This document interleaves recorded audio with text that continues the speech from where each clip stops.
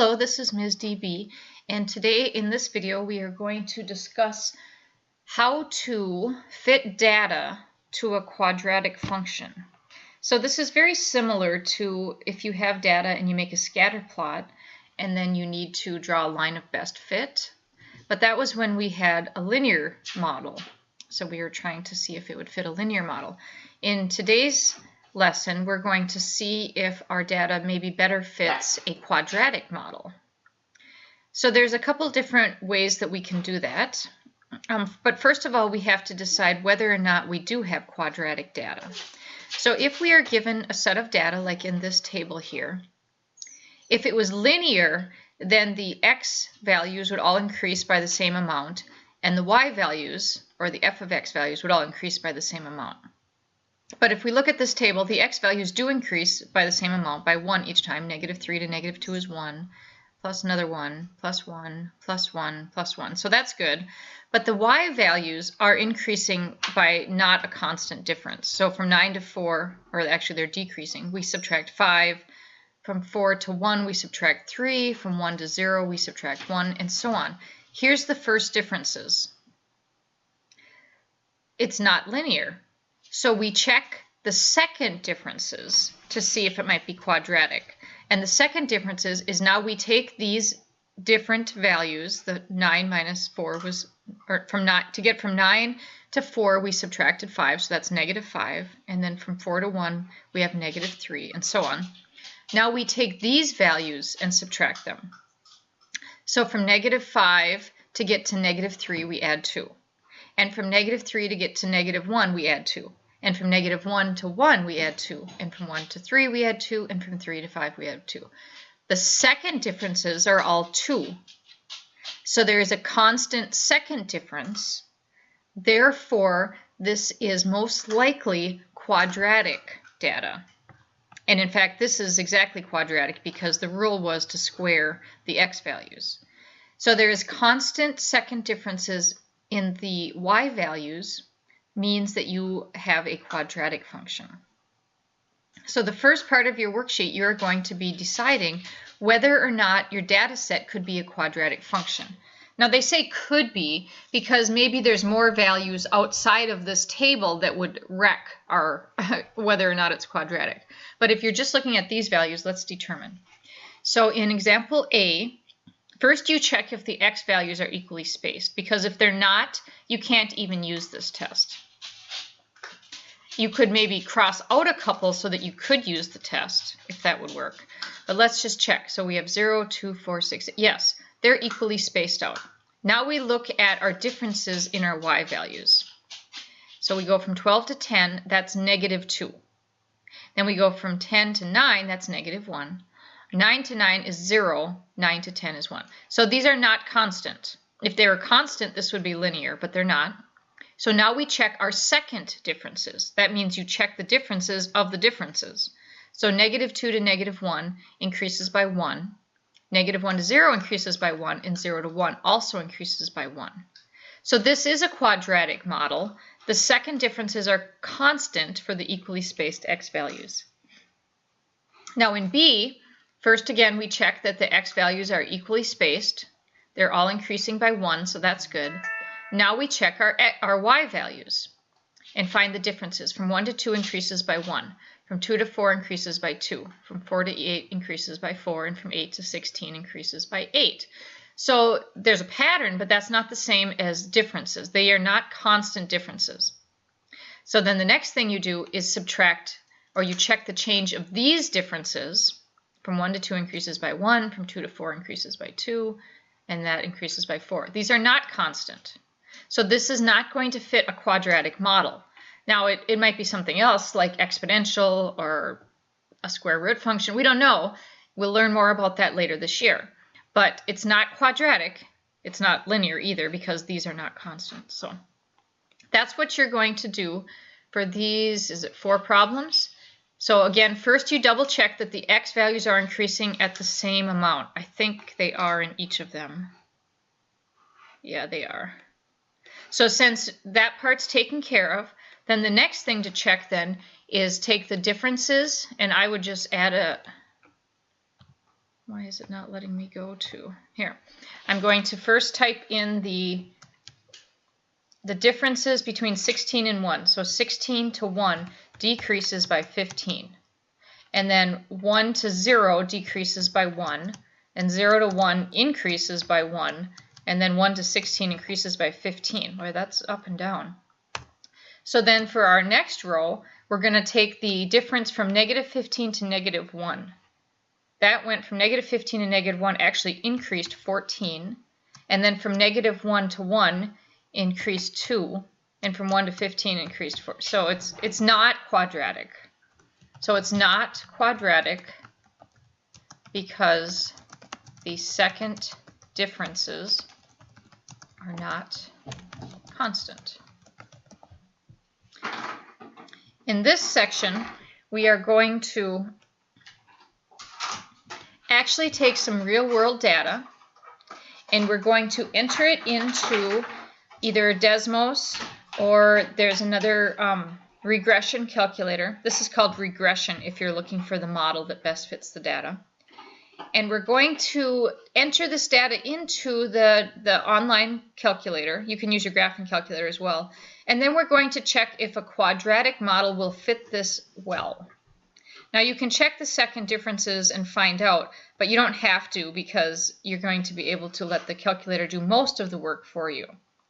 If the R value, or actually the R squared value, is close to 1, then it fits your quadratic model well.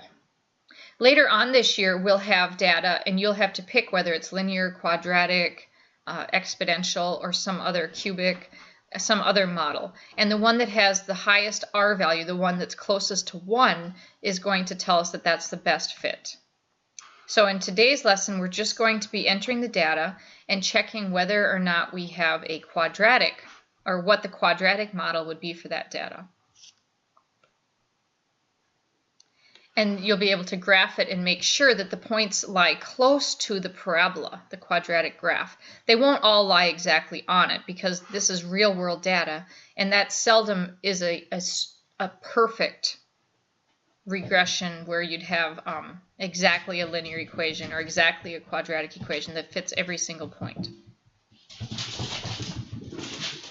So you're going to, there's not very many points for our real-world data, but we're going to enter these points into our Desmos, and then we're going to do quadratic regression on it.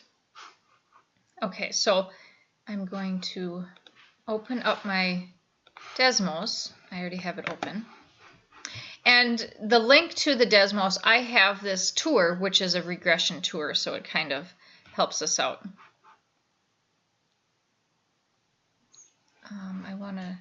You can add your own button by clicking the plus button. And we want to add a table. So here's the values we want: 0, -8, 2, 0, and -3, 5. We're not going to use their sample data. We're going to use different data. So we're going to do 0, -8. Then we're going to do 2, 0. And then our third row, we're going to do -3, -5. Okay, so we can see here's our points here. Now the next thing that we want to do, I want to get my tour back, is we are going to type in our quadratic, our standard form of our quadratic equation. Except the thing is that we don't know exactly what our equation is going to be. So we can't just type y equals x squared plus 2x plus 6 because we don't know if that is going to be the right form. So in Desmos, we type y sub 1. Now where is my sub button? And actually you can just type a 1 after it and it goes to it. And then we want to know, instead of using an equal sign, I need a bigger screen so that I can see my buttons here. I want to use this button. I thought it would be somewhere on the keyboard, but I don't see it. So if you do the, it's to the left of the 1 on your keyboard, it's that little squiggly one. That means that it tells Desmos that we want to find an equation that's close to this. And then the standard form for quadratic is that we have a times x, and I have to put that 1 after it, squared. We need ax squared plus bx, but we have to x1, plus c. Now I'm going to hide my keyboard here, keypad.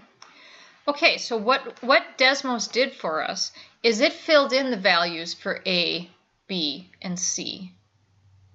And then it graphed this parabola for us that fits the data points of 0, -8, see that's right here, 2, 0 is right here, and -3, -5 is right here. It did add some extra points for us. It added another 0, and it added a vertex. And it turns out that this quadratic equation exactly fit these points.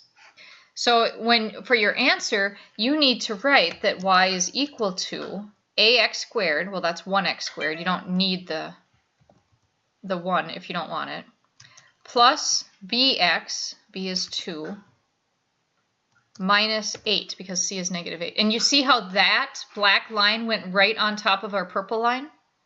Meaning that I plugged these values in correctly. R squared is 1. And I told you that the closer R squared is to 1, the better this model fits our data. This is exactly the model. So this is exactly the equation that you are going to put on your worksheet. Where's our worksheet? Which one was this? The first one? I think it was the first one. So I'm trying to copy and paste, but it's probably going to be all messed up. All messed up. The ones. So the equation was y, let's see if I can get that in. Whoa. Here it is. So the equation was y equals x squared equals x squared. That's what you have to type for your answer.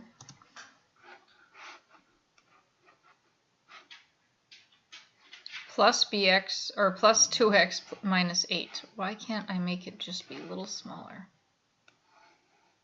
Here we go.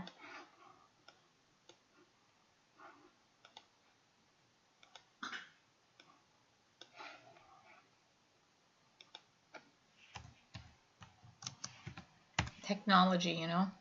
But it sure saved us some time over trying to guess and check what quadratic equation might have fit this data. So the quadratic equation is right here. That's the answer. Now, the work you're going to do is either at Desmos, or there's another video that shows how to use this Zwig Media has another regression calculator that you can use. We will be using Desmos later this year when we are checking for other types of functions, so you might want to practice doing it now. And you're going to do the same thing for 6, 7, and 8. Except you are going to, and you can leave this right here, and you can change your table. I'll do 8. 1, let's see, this would be 4. I'm going to turn off this quadratic there. And then we have, I don't want that graphed anymore. There we go. Okay, so 1, 4, -2, 13, and then 0, 3.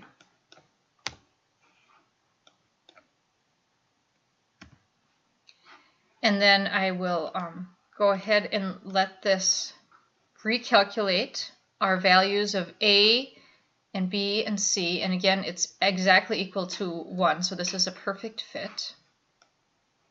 And there is our graph. And this equation would not match it anymore because this equation was for different data. Our equation would be y equals 2x squared minus x plus 3, and that's what you'll type here for your answer. Okay, in number 9, this is your data you'll enter. And actually, before you enter it, you should check and see if the second differences are constant. So check the first differences, check the second differences. If the second differences are constant, then it's quadratic. If it is quadratic, then enter the data into Desmos in order to find the quadratic function. And then number 10. Now this one's a real world data, so this one your r squared value might not be 1 exactly. But your x will be your velocities, that's your x variable, and your energy will be your y values, and you'll enter that in. The quadratic relationship will be the equation that you'll get with your a, b, and c plugged into the standard form of a quadratic, and then you'll answer some questions using that equation. So in b, you're going to let x equal 5. And then you'll solve it with that in your, plug 5 in and solve it and see what you get. And in C, that is when y equals 128. So you could either use your graph or you can use your equation and work backwards and see if 128 equals, and I don't know what this equation is, but something x squared plus x plus something. There's probably a number in front of the x as well. So you'll plug in your a, b, and c in there, and then you'll try to see if you can factor this possibly, or it might be a lot easier in this case to look at the graph and see when the y value equals 128, what does the x value equal? That's generally easier to do it with graphs for finding the y, when they give you the y value, than with algebra. Okay, so this is kind of a fun assignment, and you get to use Desmos or the regression calculator at the Swig Media link in order to do most of the work for you, and then you're just going to kind of be interpreting it and recording your results. Thanks a lot and have a wonderful day, and don't forget to ask questions whenever you have them.